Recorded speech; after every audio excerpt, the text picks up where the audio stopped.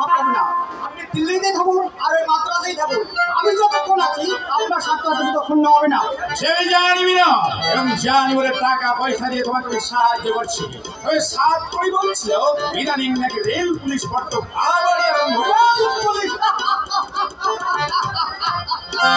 চাকরির জন্য মেরে ওনাদের সুপারলোক ফটোগ্রাফিতে করপ্শন পাবে কি করবে সে কাজ তো আপনি বলবারই করেছি। তখন দিনকাল ছিল অন্যরকম। লরি ভাড়া করে মাল করেছি, রেল পুলিশ লরিতে মাল করতে সাহায্য করেছে। কিন্তু আজকাল আগের মতো সাহস নেই না। আপনি অতটাই ভয় পাচ্ছেন। শহর পুলিশের মদত পাচ্ছে আপনার জামাই। তুমি বুঝতে পারছো অভিনব, সমাজ আমার একটা বিরাট মর্যাদা আছে। তাই মাল ধরা পড়লে শুধু মান মর্যাদা নষ্ট হবে না, আল্লাহর কথাও ঠিক নেই। আগে বিপ্লবভাবে কাজ করেছি, এখন সেটা কি সম্ভব?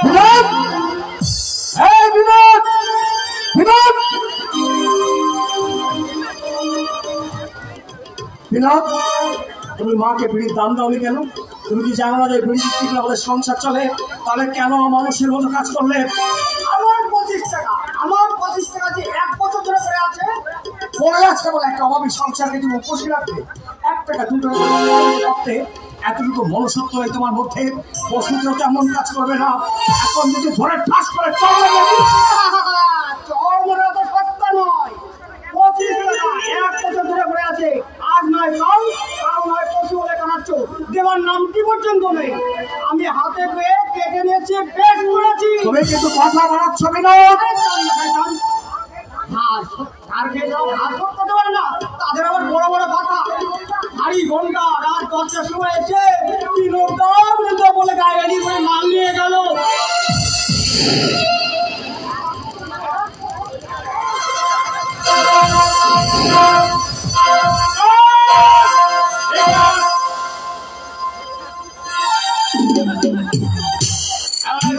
সামনে একটা গৃহলোককে এইভাবে মারবে তুমি? আমাকে কি করতে পারিস? চলে চলে মাস্তুতো ভাই, আপনার কিচ্ছু করতে পারেন না। আপনি এই গ্রামের সবচেয়ে ধনী লোক, কিন্তু আমি আপনার খাস তালুকের প্রজা নই। আপনার বস্তিতে ভাড়া থাকি, যদি থাকতে না দেন অন্যত্র চলে যাব। আর কি কলাটা করতে আপনাকে অপমান করছে। এই বাগানে দেখেছেন? বিনোদের কাছে তুমি কত টাকা পাবে? না, আমি আরো 15 টাকা। আমি চুপ করবি না। কাজটা সত্যি অন্যায় করেছে দীপক। একই গ্রামে বাস করে ঝগড়া বিবাদ করা ঠিক না। তোমার পাওনা টাকা আমি দিয়ে দিচ্ছি। বিনোদ,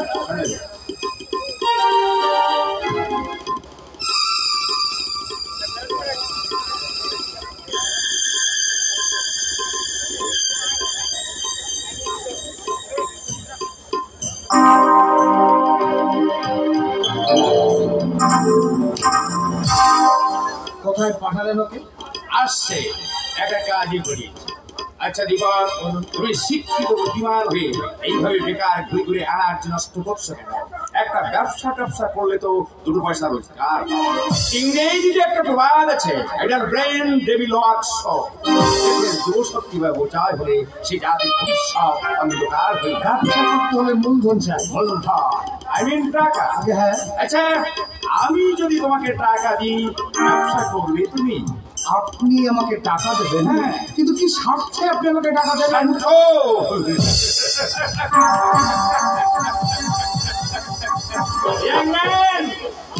পৃথিবীতে কিন্তু সবাই স্বার্থের দাস নয়। তোমার বাবা একসময় বন্ধু ছিলেন। আমি ভেবেছিলাম তোমার বাবাই হয়তো সাহায্য করে আসবে, কিন্তু এলো না। বাবা আপনার বন্ধু ছিলেন? ওই বাবাকে সব কথা কোনোদিনও আমাদের বলেনি। বলবে না। সিনবাদ রায় হয়তো আজ ভাবছে ওই দুর্ভাগ্যের মূলে আছে আমি। আমার কর্তব্য আমি করে যাবো। লোকে যা কিছু ভাবে ভাবুক, তাতে আমার কিচ্ছু যায় আসে না। এই না,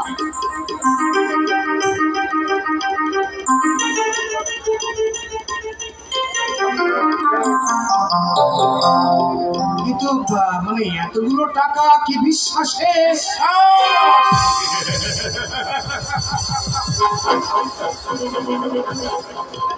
কথাটি জানো দিব কি? তোমরা আমাকে যতই নিকৃষ্ট জীব ভাবো না কেন, আমি বোধহয় ততটা নিকৃষ্ট নই। মানুষকে বিশেষ করে তরুণ সমাজের উপর আমার অগাধ আস্থা আছে। তোমরাই তো দেশ ও জাতির ভবিষ্যৎ, এই না? কিন্তু স্যার মানে টাকা দিয়ে ব্যবসা আরম্ভ করো, প্রয়োজন হলে আমি আর দেব। আমি দেখতে চাই তুমি নিজের পায়ে দাঁড়িয়ে একটা সিদ্ধান্ত স্থাপন করো। আমি চলে গেছি।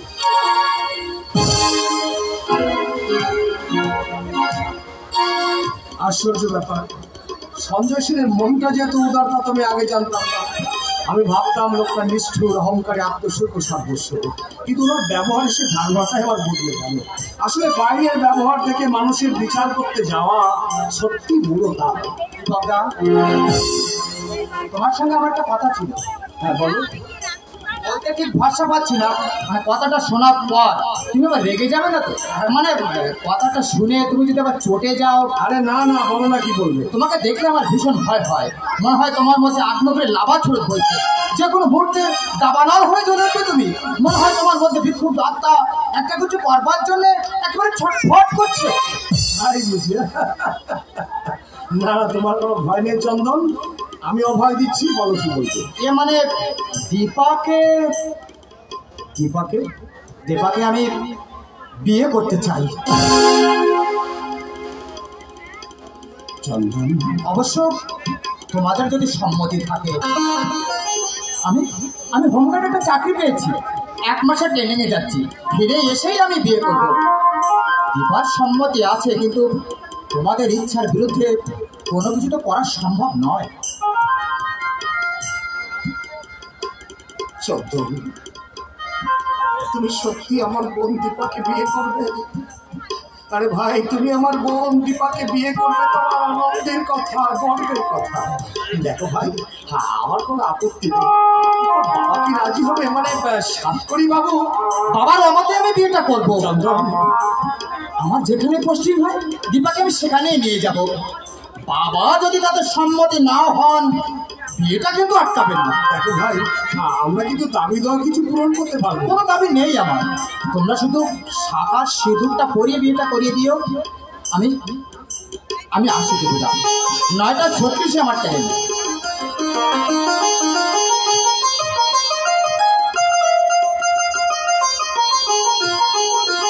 কথাটা দীপাকে জানিয়ে দিও।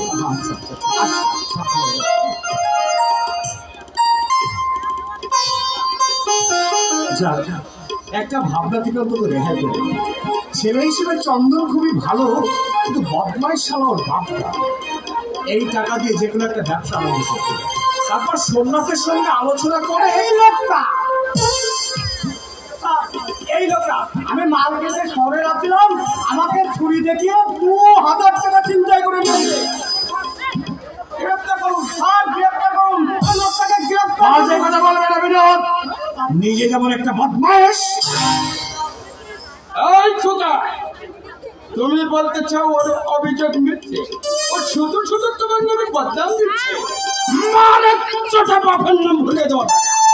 সমাজ বিরোধী মস্তানদের কিভাবে সাহায্য করতে হয় এই কথাটা দত্তটা ভালো করেই জানি। টাকা পয়সা যদি নিয়ে থাকো খুঁজে ভালো ভালো ফেরত, আমি কিচ্ছু বলবো না। আপনি বিশ্বাস করুন স্যার, আজে বাজে কথা বলছিল বলে আমি ওকে মেরেছি ঠিকই, কিন্তু টাকা পয়সা আমি কিছু নেই। আমি তোমাকে সার্চ করবো, টাকা পয়সা যদি তোমার কাছে পাওয়া যায় খোকা, তোমার বাপের নাম আমি খগেন করে ছেড়ে দেবো। এই সোজা দাঁড়া, কিন্তু আমার কথাটা শুন। ঘটনা শুন।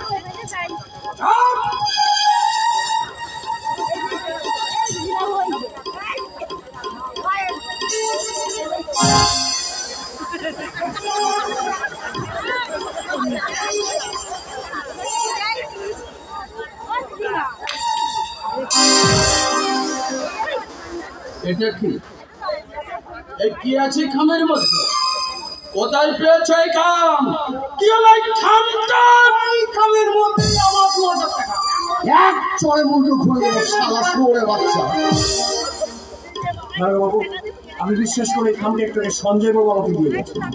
আমার কথা যদি বিশ্বাস না হয়, আপনি চলুন সঞ্জয় বাবুর কাছে। সঞ্জয় বাবু যদি বলেন যে উনি ওটা আমাকে দেননি, কিন্তু সঞ্জয় বাবু। ব্যাপার অফিসার। এই যে মিস্টার সেন, এই ছেলেটা বলছে একটু আগে নাকি খামটা আপনি ওকে দিয়ে গেছেন। সত্যি কি আপনি দিয়েছেন খামটা?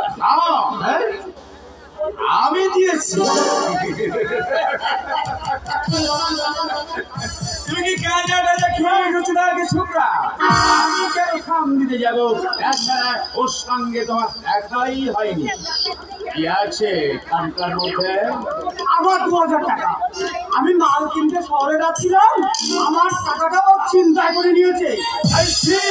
আপনি তো হলে খামটা ওকে দেননি। টাকায় কি আমাকে কামাচ্ছে যে যাকে তাকে টাকা দিতে যাবো? হাতে হাতে ধরা পড়ে যারা ছাপাই গাইছে। আসলে এরা হচ্ছে সমাজ বিরোধী। কঠোর হস্তে দমন করতে না পারলে সমাজের সুস্থ দেহটা এরা বিষে তুলরা বিচে।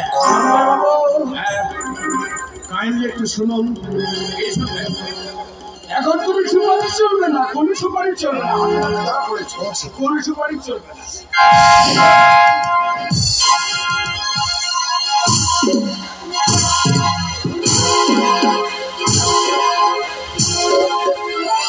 শালা, শালা তোর বড় তেল হয়েছে শালা। চল শালা থানায়। তোর তেল হয়েছে কত আমি দেখবো। তোর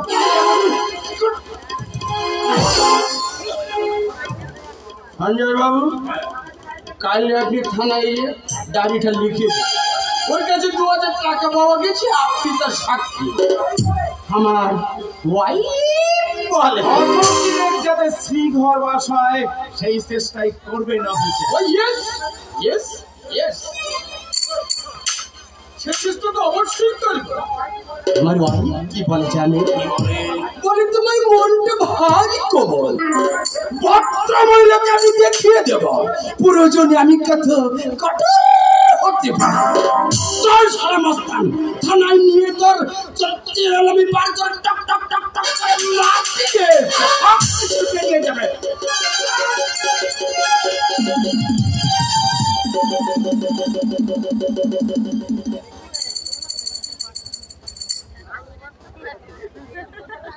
যাচ্ছি যাচ্ছি সঞ্জয় সেন, কিন্তু কতদিন তুমি আমাকে জেলের অন্ধকার ঘরে আটকে রাখবে? তোমার চক্রান্তের জাল ছিন্ন করে একদিন আমি অন্ধকার থেকে আলোয় বেরিয়ে আসবই। আর সেদিন দেখবো কেমন করে তুমি এই সমাজের বুকে মাথা উঁচু করে দাঁড়িয়ে থাকো সঞ্জয় সেন। পারবে না, তোমাকে আমি কিছুতেই সমাজের বুকে মাথা উঁচু করে দাঁড়িয়ে থাকতে দেবো না। এই মানুষের মাঝে প্রমাণ করে দেবো তুমি একটা মানুষ রূপে তোপে জানোয়ার। আর সেই দিন না আসা পর্যন্ত আমি নীরবে ঘরের পরে চোখের জল ফেলবো না, ঘরের পরে মুখ লুকিয়ে বসে থাকবো না। এই মানুষের মাঝে প্রমাণ করে দেবো তুমি একটা তোপে জানোয়ার, জানোয়ার, জানোয়ার।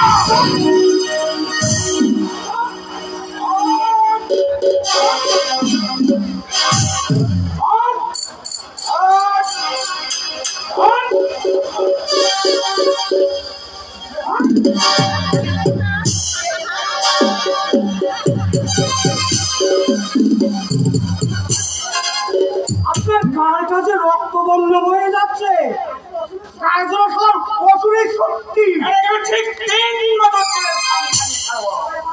আমার নাম সঞ্জয় সেন। সমাজবিধি কঠোর হস্তে দমন করতে না পারলে সমাজ একদিন ধ্বংস করে ফেলবে। এসব বিনাশ থানায় যেতে হবে। চলুন। দর্শক শ্রোতা ভাই বোন বন্ধু, আপনারা উপভোগ করছেন অন্ধকার রজনী যাত্রাপালা অনুসন্ধানের বাবা চরিত্রে অভিনয় করেছেন বর্তমান সময়ের অপ্রতিদ্বন্দ্বী বাবা ভদ্রকান্ত সরকার। তার অভিনয়ে সন্তুষ্ট হয়ে পাতিবুনিয়া নিবাসী জামিনীওয়ালা তাকে 100 টাকা পুরস্কৃত করলেন। ধন্যবাদ।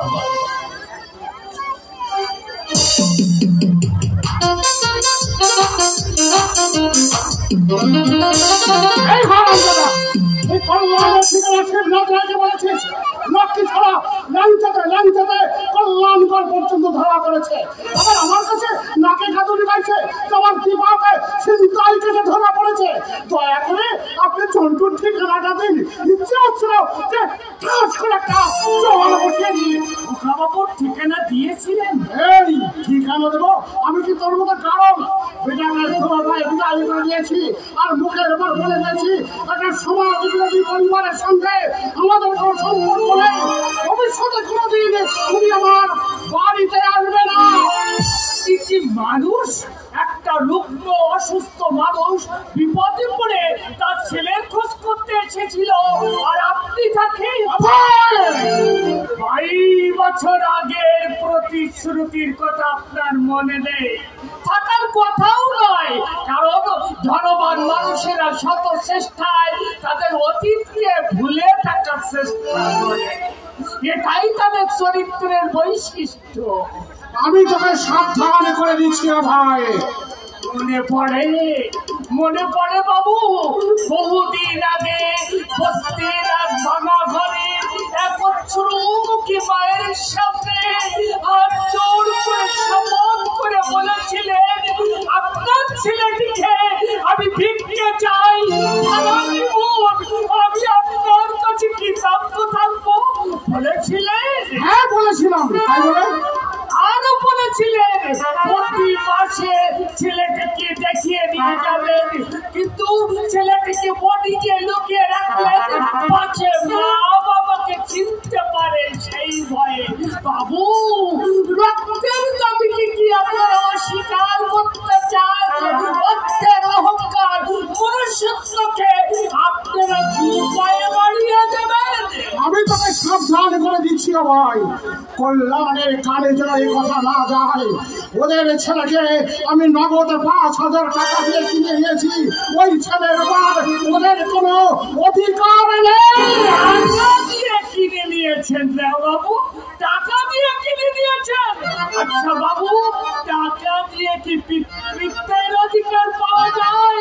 তাই যদি যেত, আপনি তো একটা সন্তান লাভের আশায় হাজার হাজার টাকা খরচ করেছিলেন, পেরেছিলেন বাবু সন্তানের বাবা হতে?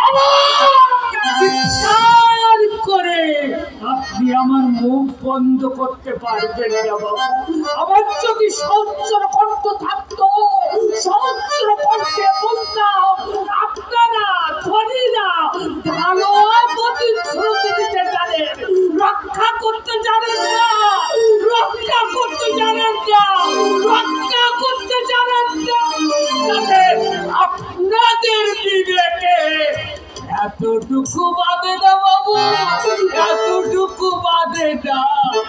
বিবেক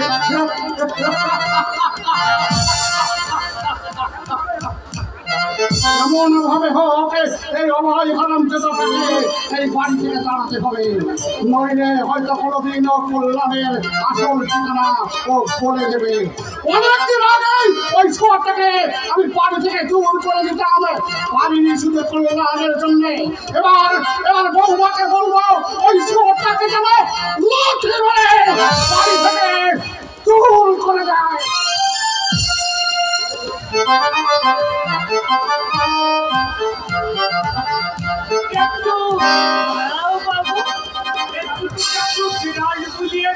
আচ্ছা বাবা, তোমাকে এত ভালোবাসিস কেন বলতো? আমার পায়ে কাটা ফুটলে মনে হয় তোর বুকে সেই বৃদ্ধ হয়েছে। তোর মা বুঝি কোন সন্তানকে এতটা ভালোবাসে না, অথচ তুই আমার বাড়ির কাজের চাকর। কেন ভালোবাসি জানো বাবু? কেন? তুমি আমাকে খেতে দাও, পড়তে দাও, মাসে মাসে বাইরে দাও, অসুখ বিসুখ হলে ডাক্তার দেখাও। তাই বুঝি? সব বাজে কথা। আসলে সব বাবুরাই তাদের চাকরদেরকে মাইনে দেয়, আর চাকররা বাবুদেরকে যথাসাধ্য কাজ করবে দেওয়ার চেষ্টা করে, এটাই তাদের কর্তব্য। কিন্তু তোর কাজের মধ্যে কোনো কর্তব্য বোধ নেই। কি আছে জানিস? আছে আন্তরিক স্নেহ ভালোবাসা, সেটা টাকার বিনিময় হয় না রে ভাইদা। আচ্ছা দাঁড়াও, কি? আমাকে 3 কতকের জন্য ছুটি দিবেন? ছুটি? ছুটি নিয়ে তুই কোথায় যাবি? আমার মাকে দেখতে যাব। মা? এই তোর মা? এই তোর মা বেঁচে আছে? ওই আগে তো কখনো বলিস? এতদিন আমি তাদের খুঁজে পাইনি বাবু, শুনলাম শহরতলিতে একটা বস্তিতে থাকে, ভাইটা নাকি পুলিশের হাতে ধরা পড়েছে বাবু। তাই তাই আমি একটিবার তাদের চোখে দেখা দেখে আমি জানি চিন্তাই সে করেনি, চিন্তাই সে কোনোদিন করতে পারে না। শুনেছিলাম মা তাকে বিয়ে পাশ করিয়েছে, নিশ্চয়ই কেউ ষড়যন্ত্র করে আমার ভাইটাকে পুলিশে ধরিয়ে দিয়েছে। সমাজ বিরোধী সে কোনোদিন ছিল না, হতে পারে না বাবু, হতে পারে না।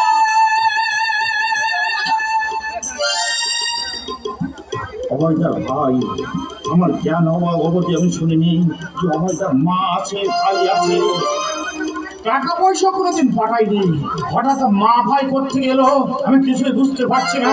যা চোদ্দ ব্যাপার এই শুনছো, তুমি একটা রাধুনি দেখো তো, তোমার ওই অভয়কে দিয়ে আমার একদিনও চলবে না। আমার চলবে, আর অখাদ্য রান্না আমার মুখে রুজবে না। আমার বুঝবে। কি আশ্চর্য, আমি ওকে রাখতে চাইছিলাম। আমি চাইছি আমার অনিচ্ছা সত্ত্বেও তুমি ওকে রাখবে। তোমার ইচ্ছা দাম দিতে গেলে তোমাকে না খেয়ে উপোস করে মরতে হবে। আশা করি সেটা তুমি চাইবে না। দেখো, কোনোদিন বেলা দুটো এসে দেখি তুমি দিবানিদ্রা যাচ্ছ, কোনোদিন রাত 8টায় এসে দেখি তুমি ট্রেনে থেকে ক্লাবে চলে গেছো। যখন মায়ের থেকে ভালোবাসাকে কি আমাকে খেতে দেয় যেন ওই অভয়দা, অথবা ওকে তাহলে আমাকে কপালে তিলক পরে কেরুয়া বসর পরে আমাকে তো সন্ন্যাসী হতে হবে। আশা করি এটা তুমি চাইবে না। তুমি তাড়াবে না। কি আশ্চর্য! যে মানুষটা সারাটা জীবন আমাদের জন্য প্রাণ পরিশ্রম করে গেছে, আজও পরিশ্রম করে চলেছে, তোমার একটি কথায় তার চাকরিটা আমি খতম করে দেবো, এতটা অমানুষ আমাকে ভাবলে কি করে? আমার মধ্যে কি কোনো মনুষ্যত্ববোধ নেই? তুমি তোমার পেয়ারা চাকর নিয়েই থাকো, আজই আমি ড্যাডির ওখানে চলে যাব। চাকরি তোমার আপনজন, আমি তোমার কেউ না।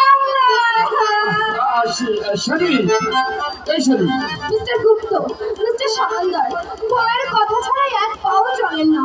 মিসেস মুখার্জি এসে সেদিন বললেন স্বামী নাকি অফিস থেকে ফিরে এসে সরকারি কাগজপত্র দেখিয়ে তার মতামত জানতে চান। আর আমার ভাগ্যটাই এমন, কোনো কথাই আমার গাড়ি যায়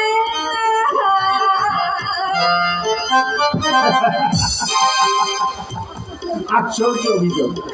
মিস্টার গুপ্তর মিশ্রা সমাজদারের মতো আমাকে নাকি বউয়ের কথা উঠতে হবে আর বসতে হবে, এরকম এক ধরনের কম খুলে অফিসে বেরোচ্ছ বোধ হয়।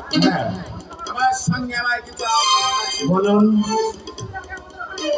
কিছুদিন আগে আমাদের ওখানে একটা সামান্য স্থান ধরা পড়েছে।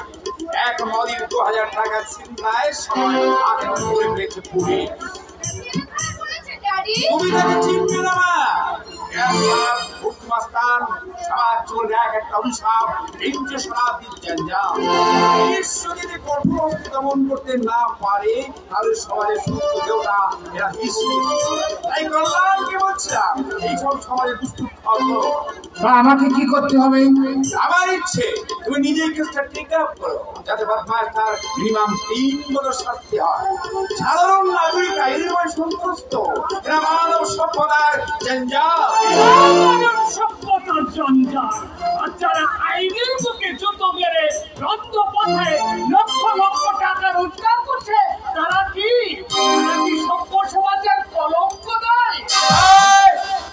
25 বছর আগে কাউকে যদি গরিব দেখি, আজ যদি তাকে কোটিপতি হতে দেখি, তাহলে মনে প্রশ্ন জাগে না বাবু, কি করে লোকটা কোটিপতি হলো? কুবিরের ভান্ডারের চাবিটা হাতে এলো। আচ্ছা ভাই, তুই কি আমাকেই লক্ষ্য করে কথাগুলো বলছিস? না বাবু, আমি কারো নাম করতে চাই না, আমি শুধু জেলা পুলিশের কর্মকর্তার কাছে অভিযোগ করছি। অনুসন্ধান করে দেখো আইনের লক্ষ্য কেন শিক্ষিত তরুণের দল নেমে যাচ্ছে অবক্ষয়ের পথে। সমস্ত পথে রোজগার করে একদল মানুষ টাকার পাহাড় জমিয়ে চলেছে। কথা তো কম নয়, চাকর হয়ে তুই বড় বড় কথা বলছিস। চাকর? আমি চাকর? চাকর হয়ে এই অভিযোগ জানিয়ে গেলাম না গো। অনুসন্ধান অনুসন্ধান করা আইনের রক্ষক, আমার এই অভিযোগের অনুসন্ধান করো।